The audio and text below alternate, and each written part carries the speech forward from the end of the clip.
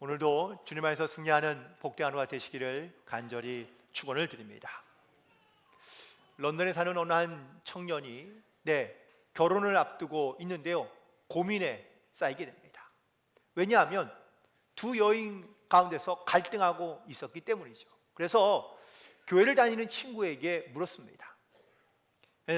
내가 이렇게 결혼을 하려고 하는데 혹시 결정을 이렇게 내리기 어려울 때 당신은 혹은 교회 다니는 사람들은 어떻게 합니까? 라고 이렇게 물었더니 교회에 가서 기도를 하고 또한 위를 바라보면 하나님께서 기도에 응답해 주신다라고 말해주는 겁니다.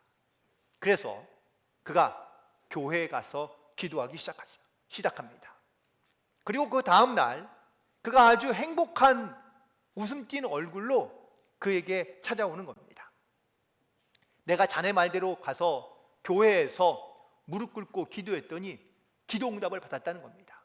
그래서 너무 궁금해서 어떻게 기도 응답을 받았느냐라고 이렇게 물었더니 내가 무릎을 꿇고 그리고 하늘을 쳐다보며 기도하는데 마침 그 교회 위에 스테인레스 창문 위에 글씨가 하나 써 있는데 자기가 그걸 보고 응답을 받았다는 겁니다. 근데 거기에 뭐라고 써 있었는데 그랬더니 아베 마리아라고 써 있다고 합니다. 결국은 마리아라는 여인과 결혼하게 된 거죠. 여러분, 우리가 어떠한 삶의 문제를 가지고 우리가 기도할 때마다, 우리가 하나님을 바라보며 기도할 때마다 하나님께서 우리 가운데 어떻게 응답하시고 어떻게 역사하실지 사실 우리는 기대하는 마음을 가지고 믿음을 가지고 살아가게 됩니다. 그러나 우리가 항상 주님을 바라봐야 하지만 우리가 주님을 바라보지 못할 때가 종종 있는데 세상을 살아가는 삶의 모습 가운데 세 가지의 모습이 있다고 합니다. 첫 번째 사람은 바로 땅을 바라보며 살아가는 사람입니다. 로마의 다섯 번째 황제인 네로는 그는 스승도 죽이고 어머니도 아내도 죽이고 혼자 자기만을 위해 살아갔던 사람이었습니다. 화려한 왕관을 만들어 스스로 쓰고 또한 화려한 궁전을 지었습니다. 그에게는 자기를 보호하는 경호원들이 한 3,000명의 경호원이 있었고 또한 그를 만나기 위해서는 1마일이나 되는 많은 길을 걸으면서 또한 꽃에 향수를 뿌리며 바로 네로에게 나아가야 그를 만날 수 있었다고 합니다. 이처럼 화려한 인생을 살고 쌍 가운데 많은 것을 누리며 살았던 네로이지만 결국 그는요 독약을 먹고 결국은 비참하게 자살하여 최후를 맞이하게 됩니다. 시선이 항상 땅만 바라보며 살아갔던 사람의 허무한 모습을 바로 보여주고 있는 대표적인 것이라고 말할 수 있습니다. 두 번째 사람은 look around 하는 겁니다. 자꾸 자기의 주변을 돌아보고 또한 사람을 생각하다가 눈치만 보며 살아가는 경우가 종종 있습니다. 최근에 어떤 모임에 갔는데 식사를 마치고 이제 카페에 가서 음료를 마시게 되는데 요즘에는요 다 각자 자기의 취향이 달라서 시키는 음료가 다 다릅니다. 그런데 유독 그 중에 한 분이 눈에 띄더라고요. 어떤 분이 먼저 가서 나는 따뜻한 커피를 주문해야겠어 그랬더니 나도 커피 먹어야 되겠네. 그럼 따라가는 겁니다. 그런데 또 어떤 분이 더운데 아니면 좀 갈증나는데 나는 시원한 음료수를 먹어야 되겠어 라고 얘기하자 그러면 음료수로 바꿀까? 그러더니 또 어떤 분이 지금은 건강 주스를 마셔야 된다 라고 이렇게 얘기하자 이분이 또 귀가 솔깃해서 그러면 나는 건강 주스를 마셔야 되겠네 라고 이렇게 자꾸 메뉴를 바꾸는 겁니다. 그러자 사모님이 한마디 합니다. 당신은 그냥 라떼 먹어요 라고 해서 결국은 라떼를 먹게 되었다는 겁니다. 사실 우리가 물론 남을 배려하는 마음을 가지고 살아가는 건 좋지만 너무 지나치게 사람을 의식하고 눈치를 보며 살아가게 되면 그런 자기의 삶에 어떤 확고하고 분명한 목표의식이 사라지며 살아가는 경우가 많다는 것이죠. 그래서 세 번째 사람의 유형은 바로 look up, 위를 바라보며 천국의 소망을 가지고 살아가는 사람이라고 말할 수 있습니다. 영동 세브라스 병원의 암센터의 소장이었던 이희대 교수가 있는데요. 그는 희대의 소망이라는 이러한 책을 썼는데 그가 2003년도에 대장암을 발견하게 됩니다. 그가 암센터 소장이었을 때입니다. 그때 발견할 때는 이기였는데 그가 치료를 병행하며 또한 진료를 같이 병행하자 이 병이 전이가 됩니다. 그래서 간과 골반 뼈에 전이가 되었는데 이 전이 된 것이 사기로 밝혀지게 됩니다. 자기가 암센터의 소장임에도 불구하고 암이 전이되는 것을 막을 수도 없었고 혹은 심지어는 암 사기가 되어 치료의 방법이 별로 없는 겁니다. 기껏 길어야 6개월 혹은 1년밖에 남지 않은 것이죠. 그때 그가 깨닫게 됩니다. 그리고 자기의 의술과 혹은 또 자기의 지식을 내려놓고 하나님께 그가 의지하기 시작합니다. 기독교 학교도 나오고 또한 성경도 접한 적이 있지만 그의 신앙은 그냥 겉핥기에 불과했던 거죠. 암을 통하여 그가 낮아지게 되었고 또한 십자가를 바라보게 되고 하나님을 바라보기 시작하면서 그에게는 세상적인 치료 외에 영적인 치료가 시작하면서 그는 8년 동안이나 병원에서 진료를 보며 살아나게 됩니다. 그는 의사로서의 의술도 중요하지만 의술을 뛰어넘어 하나님을 믿는 것이 얼마나 중요한지를 그가 깨닫게 되었다고 그는 이 책에서 고백하고 있습니다. 진짜 신앙이느냐 가짜 신앙이느냐 나는 어떤 이런 분별하는 기준은요 매우 단순합니다. 내가 믿음 안에 사느냐 아니면 내가 믿음 밖에 사느냐라는 것을 돌아보면 됩니다. 만약 믿음이 일회적인 것이라면 내가 한번 예수를 믿고 내가 한번 예수를 고백하고 나면 시인하고 나면 끝이라고 생각할 수 있습니다. 하지만 믿음은 일회적인 것이 아닙니다. 믿음은 지속적인 것입니다.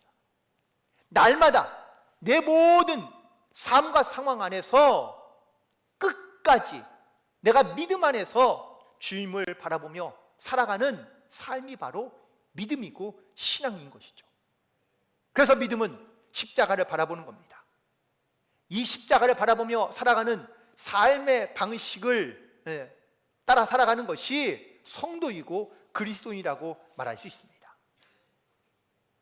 성탄절을 저는 기대하고 또한 기다리고 있는 그런 과정 가운데 있는데요. 특별히 올 한 해 정말 내 안에 있는 소망, 이 소망은 과연 무엇인가 하는 것을 묵상하면서 오늘 그 세 번째 이야기인 마음 품기, 특별히 하나님의 마음 품기에 대한 말씀으로 은혜를 나누고자 하는데, 하나님의 마음을 품는다는 것은 바로 첫 번째는 하나님을 바라본다, 바란다 라는 사실입니다. 오늘 시편 62편 5절에 있는 말씀이죠. 나의 영혼아 잠잠히 하나님만 바라라 라고 말씀하고 있는데, 여러분들 해바라기 아시죠?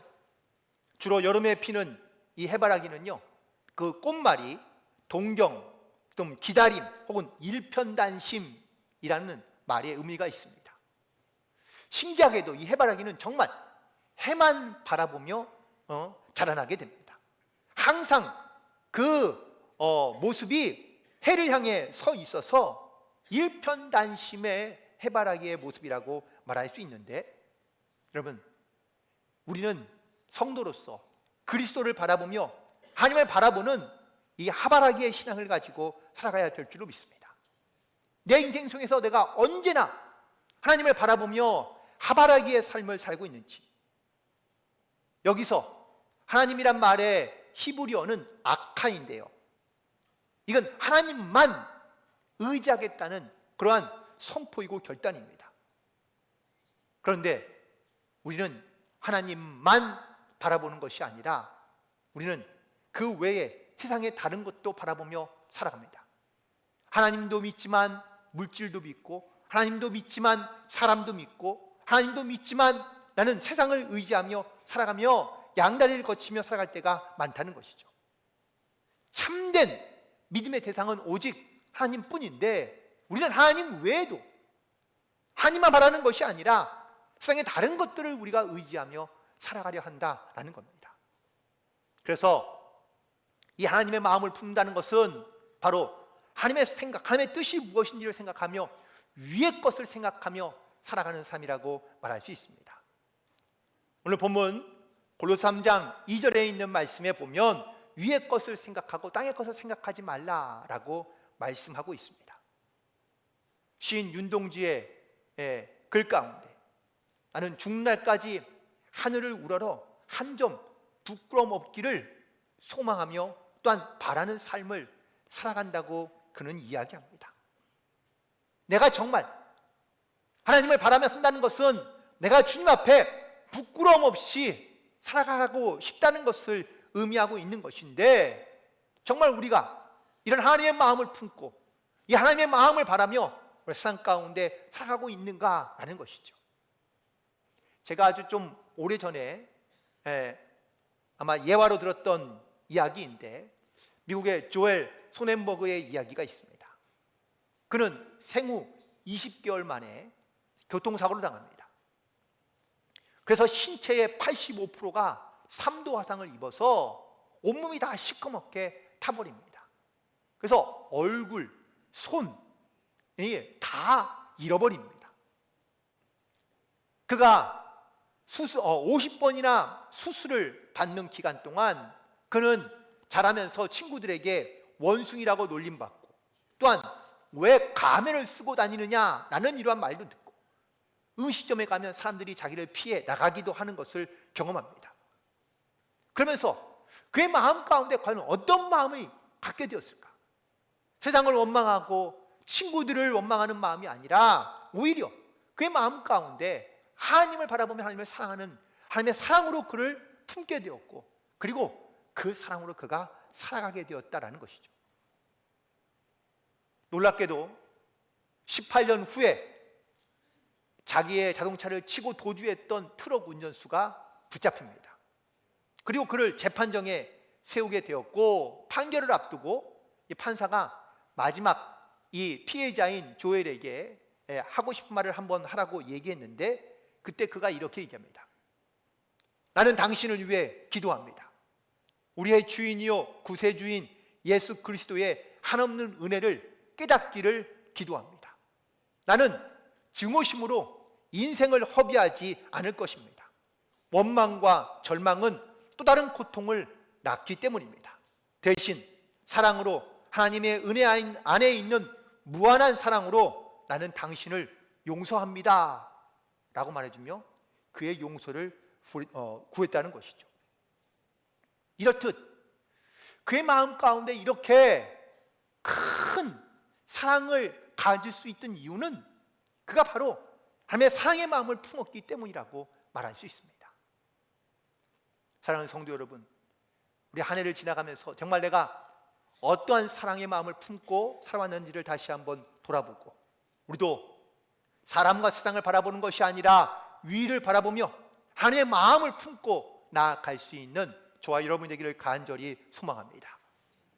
중요한 것은 이 마음을 품었다면 이 품은 마음을 가지고 살아내는 것이 우리에게는 매우 중요한 사명인데, 그렇다면 어떻게 하면 좋을까? 첫 번째 말씀은 바로 흔들리지 않아야 한다는 겁니다. 오늘 본문 시편 62편 2절과 6절에 보면 똑같은 말씀이 반복하고 있는데, 오직 그만이 나의 반석이시요 나의 구원이시요 나의 요새이시니 내가 흔들리지 아니하리로다 라고 이렇게 말씀하고 있습니다. 우리는 살아가면서 내 마음이 흔들릴 때가 너무나 많습니다. 나를 힘들게 하는 사람들, 나를 어렵게 만드는 일들, 사람과 사건을 볼 때마다 우리의 마음은 흔들릴 수밖에 없는 것이죠. 이때 우리의 시선을 빼앗기지 않는 것이 중요하고, 또한 우리가 무엇을 바라보느냐에 따라서 우리의 마음도 중심도 달라질 수밖에 없게 되는데요. 제가 말씀을 준비하다가 오늘 짤막한 영상을 봤는데 이 영상을 잠깐 보시고 말씀을 이어가도록 하겠습니다.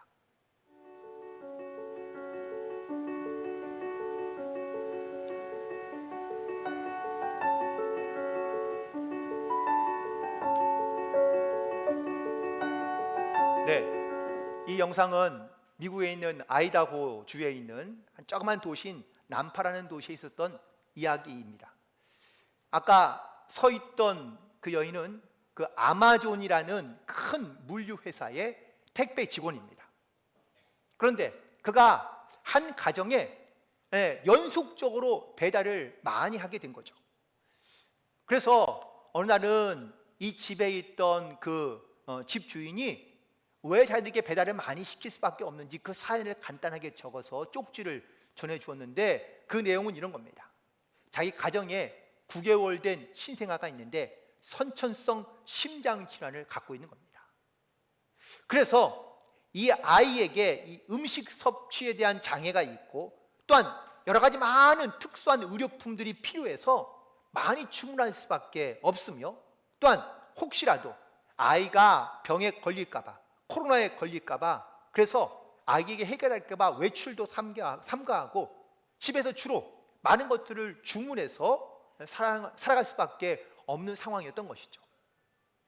이 사연을 알게 된 이 택배기사가 그때부터 이 집에 오면은요, 물건을 놓고 그냥 돌아가는 것이 아니라 아까 거기에 보신 것처럼 가만히 서서 뭘 하느냐? 기도하는 겁니다. 그 집에 있는 아이를 위해서, 그리고 그 가정을 위해서 거기에 머물러서 기도하고 돌아가는 거예요. CCTV를 보다가 이 부모가, 그 집주인이 감동을 받은 겁니다. 아무런 상관도 없는 우리 집 혹은 또 우리 아이를 위해서 이렇게 기도해 주는 사람이 있구나 라는 것을 느끼게 되자 그녀가 감동을 받고 이것을 이렇게 SNS에 올려서 세상에 알려지게 된 것이죠.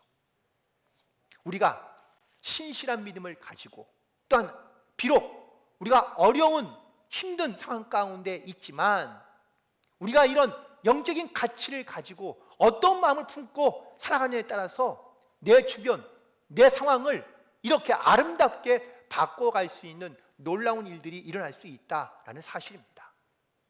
바라고 원하기는 우리에게도 이런 마음을 품고, 또한 이런 마음을 가지고 세상 가운데 또한 사람들을 대하며 나아갈 수 있는 그런 성도들이 되기를 간절히 소망합니다. 그리고 두 번째 살아내기는 바로 하나님의 말씀과 성령의 인도하심을 따라 순종하며 나아가는 겁니다. 오늘 본문 누가복음 2장 25절에 있는 말씀 맨 끝에 보면 성령이 그 위에 계시더라 라고 이렇게 말씀하고 있는데요, 성령이 그 위에 계신다는 것은 단순히 머물러 있다라는 이야기가 아닙니다.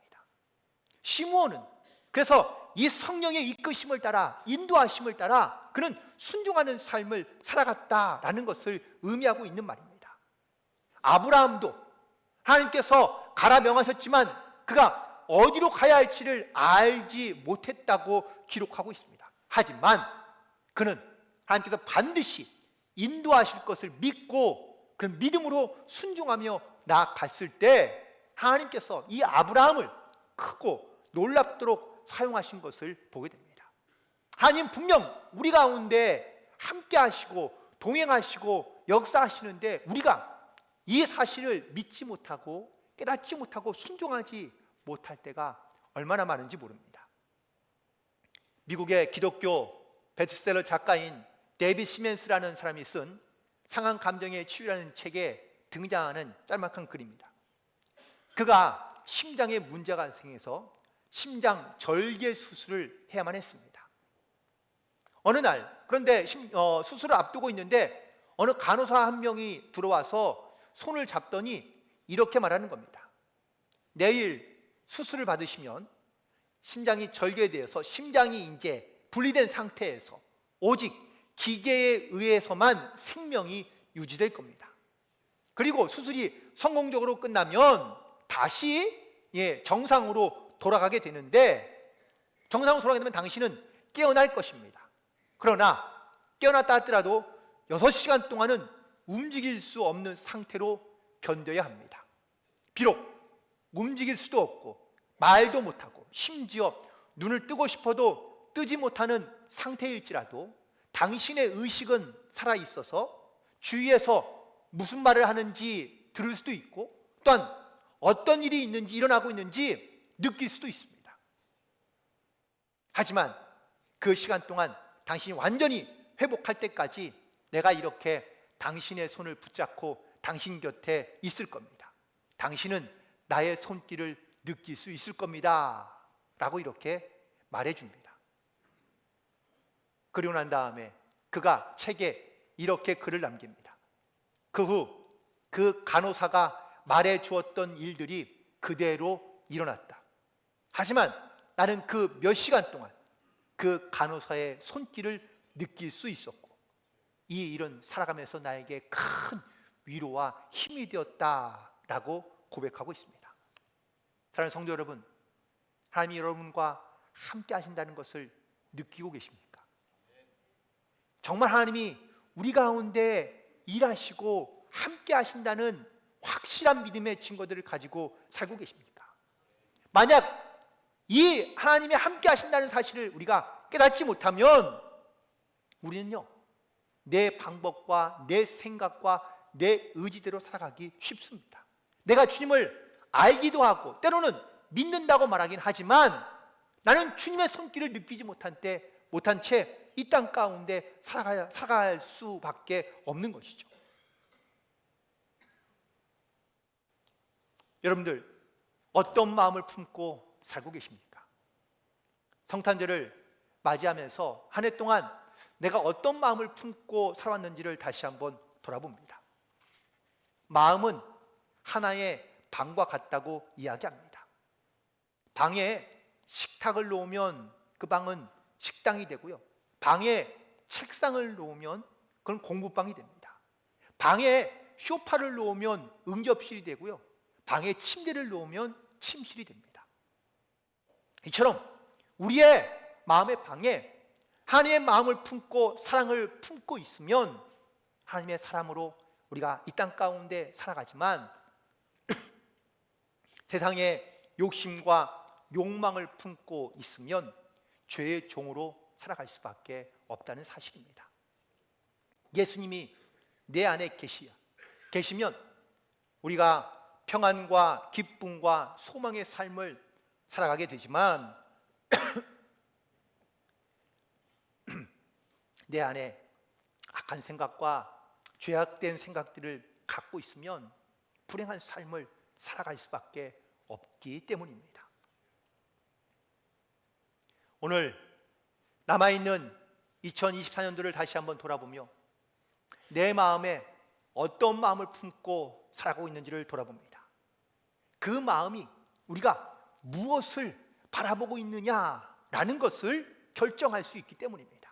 내 안에 하나님의 마음을 품고 하나님의 마음으로 살아가면 우리는 위를 바라보고 위의 것을 생각하며 살아가겠지만 내 안에 세상의 것, 나의 욕심과 또한 죄악된 것을 마음을 품고 있다면 우리의 시선은 하늘이 아닌 땅을 바라보고 주위를 바라보며 살아갈 수밖에 없기 때문입니다. 이사야서의 말씀처럼 우리 모두가 다 하나님의 이런 마음을 품고 새 영과 새 마음으로 우리에게 주사 우리에게 굳은 마음이 떠나가고 부드러운 마음으로 하나님의 마음으로 하나님을 바라보며 주님과 동행하는 승리하는 삶을 살아가는 우리 모두가 되기를 주님의 이름으로 간절히 축원을 드립니다.